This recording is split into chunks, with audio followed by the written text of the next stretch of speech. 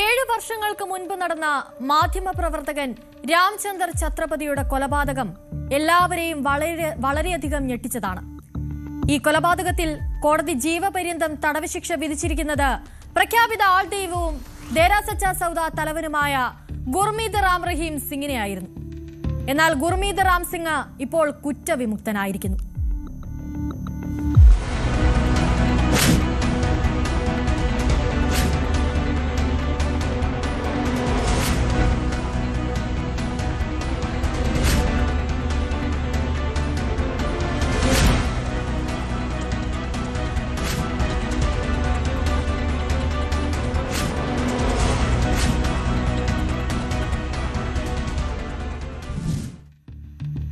മാധ്യമപ്രവർത്തകൻ രാംചന്ദർ ഛത്രപതി കൊല്ലപ്പെട്ട കേസിൽ CBI കോടതി വിധിച്ച ജീവപര്യന്തം ശിക്ഷ റദ്ദാക്കിയാണ് ഇപ്പോൾ ഹൈക്കോടതിയുടെ വിധി വന്നിരിക്കുന്നത്.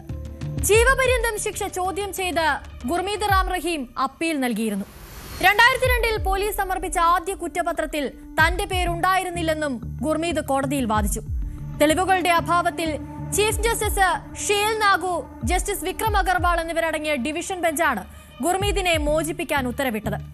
എന്നാൽ കേസിലെ മറ്റു 2 പ്രതികളായ കുൽദീപ്, നിർമ്മൽ, കൃഷ്ണലാൽ എന്നിവരുടെ ജീവപര്യന്തം ശിക്ഷ കോടതി ശരിവെക്കുകയും ചെയ്തു. പൂരാ സച്ച എന്ന പേരിൽ സെർസയിൽ പത്രം നടത്തിയിരുന്ന ഛത്രപതി 2002 ഒക്ടോബറിലാണ് വെടിയേറ്റ് കൊല്ലപ്പെടുന്നത്.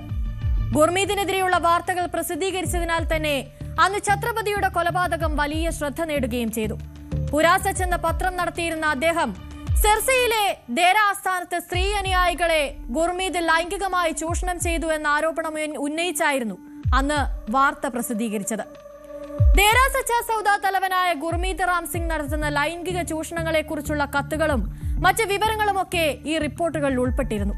തുടർന്നാണ് അന്ന് അന്വേഷണം ഗുർമീതിലേക്ക് എത്തുന്നത്. അന്ന് CBI നടത്തിയ അന്വേഷണത്തിലായിരുന്നു ഗുർമീതിനെ പ്രതി ചേർത്തതും പിന്നീട് ജീവപര്യന്തം തടവ് ശിക്ഷയ്ക്ക് വിധിച്ചതുമെല്ലാം. 2019 ജനുവരിയിൽ പഞ്ച്കുളയിലെ പ്രത്യേക CBI കോടതി ഗുർമീതും മറ്റു പ്രതികളും മാധ്യമപ്രവർത്തകനെ കൊലപ്പെടുത്താൻ ഗൂഢാലോചന നടത്തിയെന്ന് കണ്ടെത്തുകയും ജീവപര്യന്തം തടവിന് ശിക്ഷിക്കുകയുമായിരുന്നു. ആ വിധിയാണ് ഇപ്പോൾ മാറി മറിഞ്ഞിരിക്കുന്നത്. വിധിയിൽ രാംചന്ദർ ഛത്രപതിയുടെ മകൻ അൻഷുൽ ഛത്രപതിയും പ്രതികരിച്ചിട്ടുണ്ടായിരുന്നു. മറ്റൊരു കാര്യമെന്തെന്നാൽ അനുയായികളെ സ്ത്രീകളെ ബലാത്സംഗം ചെയ്ത കേസിൽ ശിക്ഷ അനുഭവിക്കുകയാണിപ്പോൾ ഗുർമീത് സിംഗ്. അതായത് അന്ന് രാംചന്ദർ റിപ്പോർട്ട് ചെയ്ത വാർത്തയെന്തോ അതോ അതേ കുറ്റകൃത്യത്തിന് തന്നെയാണ് ഗുർമീത് ഇപ്പോൾ ശിക്ഷ അനുഭവിച്ചുകൊണ്ടിരിക്കുന്നത്. 2017 ഈ വിഷയത്തിൽ കോടതി ഗുർമീത് സിംഗിന് 20 വർഷത്തെ തടവ് ശിക്ഷ വിധിക്കുന്നത്. ഈ കാലയളവിൽ ഇയാൾ 15ഓളം തവണ പരോളിലിറങ്ങിയും അന്ന് വലിയ വിവാദമായിരുന്നു. പഞ്ചാബ്, ഹരിയാന നിയമസഭാ തെരഞ്ഞെടുപ്പ് ഘട്ടങ്ങളിലും ഗുർമീത് റാമിന് പരോളുകൾ അനുവദിച്ചിരുന്നു എന്നതും എടുത്തു പറയേണ്ട മറ്റൊരു കാര്യം തന്നെയാണ്. 2022 ഇയാൾ 3 തവണ ജയിലിൽ നിന്ന് പുറത്തിറങ്ങി.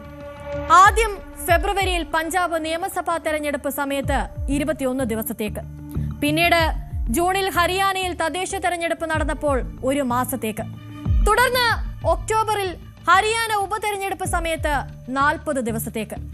അതിനു മുൻപ് 2020 ഒക്ടോബറിൽ ഹരിയാന നിയമസഭാ തെരഞ്ഞെടുപ്പ് നടന്നപ്പോൾ ഇയാൾ 40 ദിവസത്തെ പരോളിൽ പുറത്തിറങ്ങുകയും ചെയ്തിരുന്നു. രാഷ്ട്രീയ നേതാക്കളുമായും രാഷ്ട്രീയ പാർട്ടികളുമായും ഗുർമീതിനുള്ള ബന്ധം ഇതിൽ നിന്നൊക്കെ തന്നെ വ്യക്തമാണ്.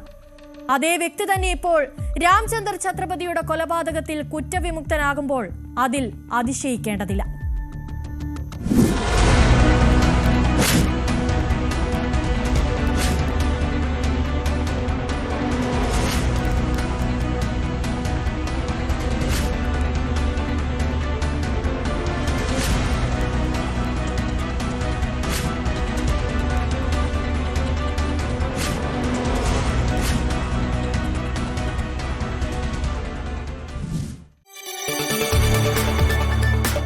കൂടുതൽ വാർത്തകൾക്ക് News 18 Keralam YouTube channel subscribe ചെയ്യുക.